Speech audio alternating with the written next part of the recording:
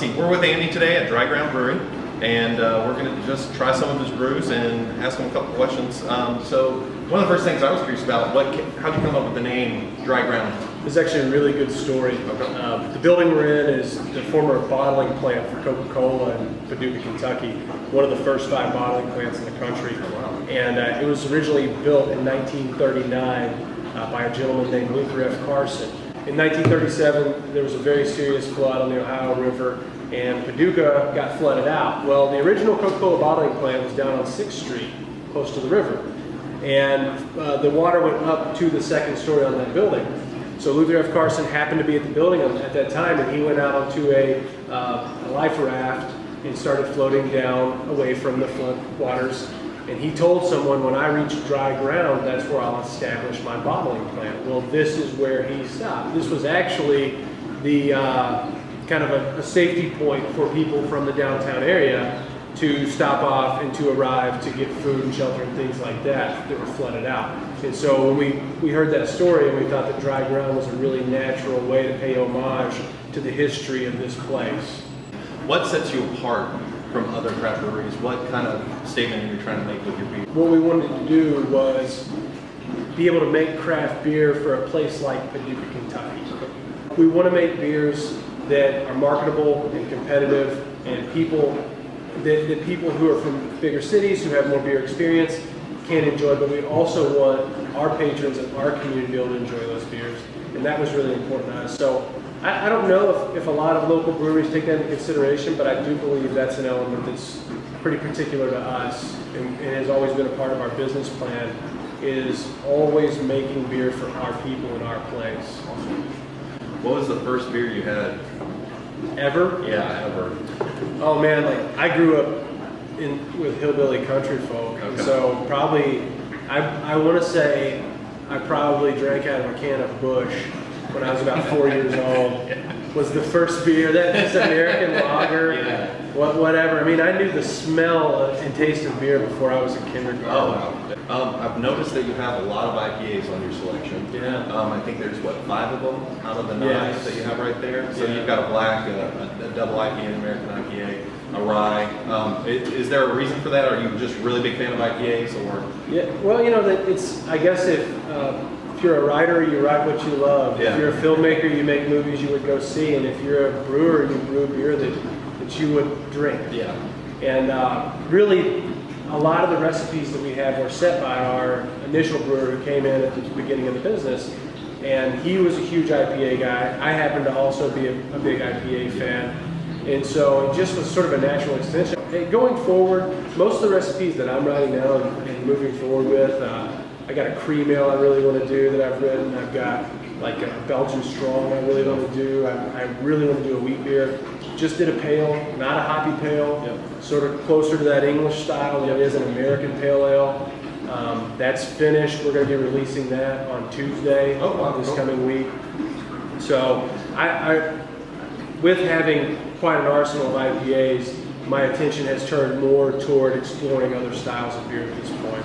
Did you have any difficulties or obstacles when you first opened up? Did you have a problem getting customers or patrons, or And was it pretty natural? we were blown away, really, because I think one thing about Paducans is we consistently underestimate ourselves and what this city's ready for. We opened up hoping that we would make enough money to keep the doors open and just have enough people in here so that we could justify continuing to do this. And the community responded in such an unbelievably huge way. We've done really well. There's a lot of people to thank for this, but we've done really well since day one. And there were people doing work in this community long before we came in to prepare this community for craft beer. I've also noticed that you use a lot of different yeasts. I've noticed a different one in almost every single brew. Is it just because you're playing around with it and really just kind of want to try a little bit of everything, or? I think with different brewers get hung up on different things as far as ingredients and process are concerned. Great brewers are hung up on all of it. Yeah. But I think I'm kind of a yeast junkie. So brewers kind of have this ongoing joke that they tell that I don't make beer, yeast makes beer. My job is to make a good environment. I basically set the buffet. Yeah. And yeast really is the magical part of this process.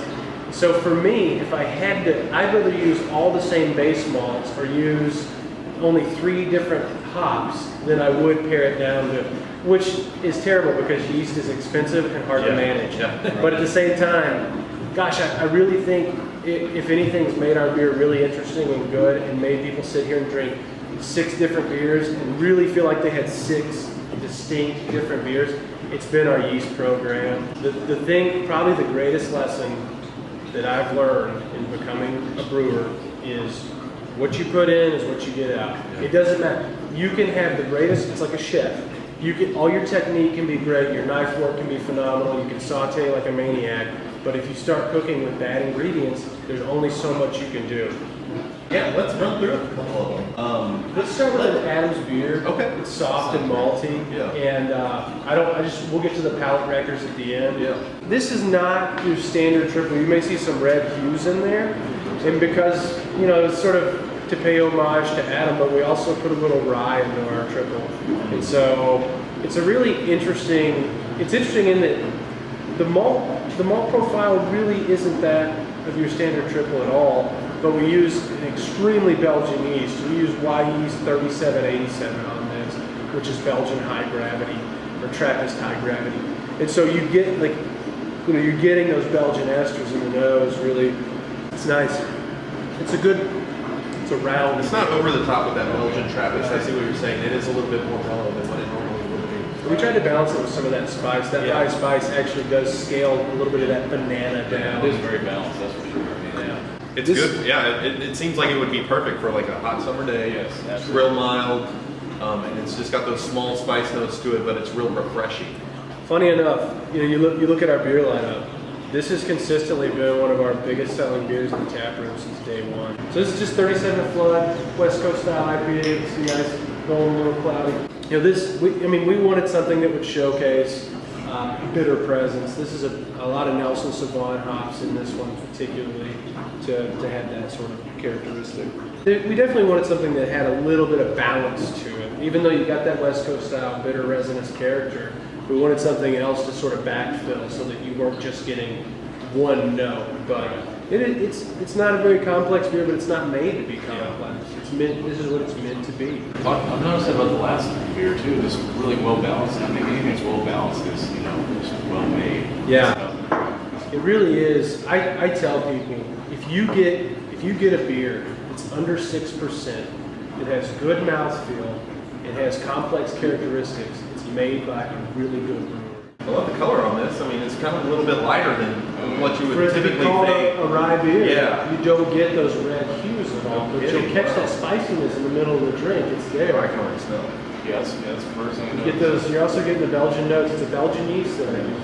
Yeah, because honestly, smelling this, I would think that it was like some sort of like Belgian, triple. It's a weird beer because it presents like 3 beers. Yeah. Wow. It smells like a Belgian.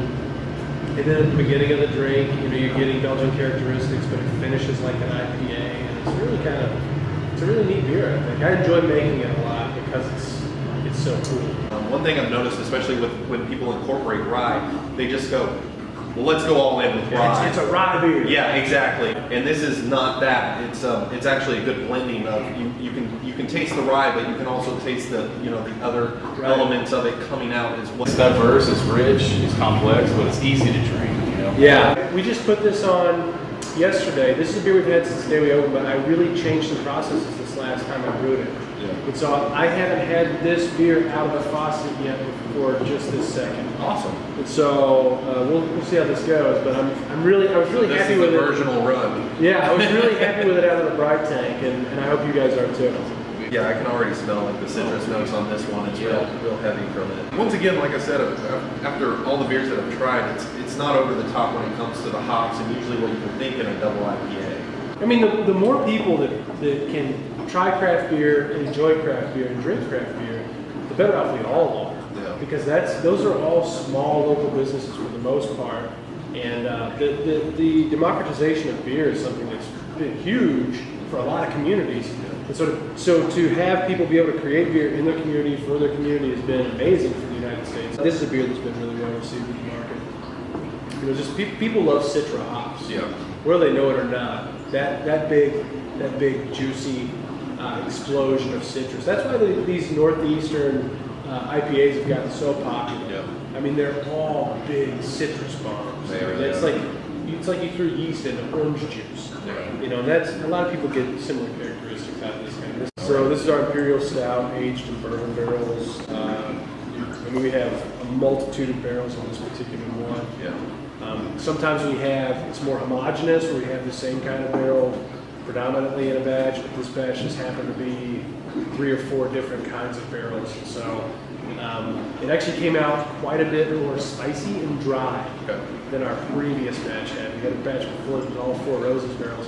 Really sweet, very sweet, had that kind of more caramel vanilla notes. Yeah. But Did you ever do a batch without bourbon barrels on this particular bill? yeah, we normally keep, and I actually just brewed this beer 4 or 5 days ago. Okay, great. And so we almost always keep this on draft Yeah. as one of our flagships, just our Imperial Stout, Yeah. with it not in bourbon barrels. But it's just one of those things where we have this window of time between when that's ready and when this last batch ran out. But I had plenty of bourbon barrels, so we just put that on. That's cool. And so, yeah, we almost always keep this beer on, not the bourbon barrel version of it. What's your favorite guilty pleasure beer? Oh, man. That's number one. You have to narrow it down to one. And I mean, just, you know, kind of the bottom of the barrel. Oh yeah, I'm curious. I guess if I had to pick one, it would be like, you know, I can't go with the big guy American light lagers, but I guess if I had to go fishing all day and drink some natural light, I could do that. I could do that.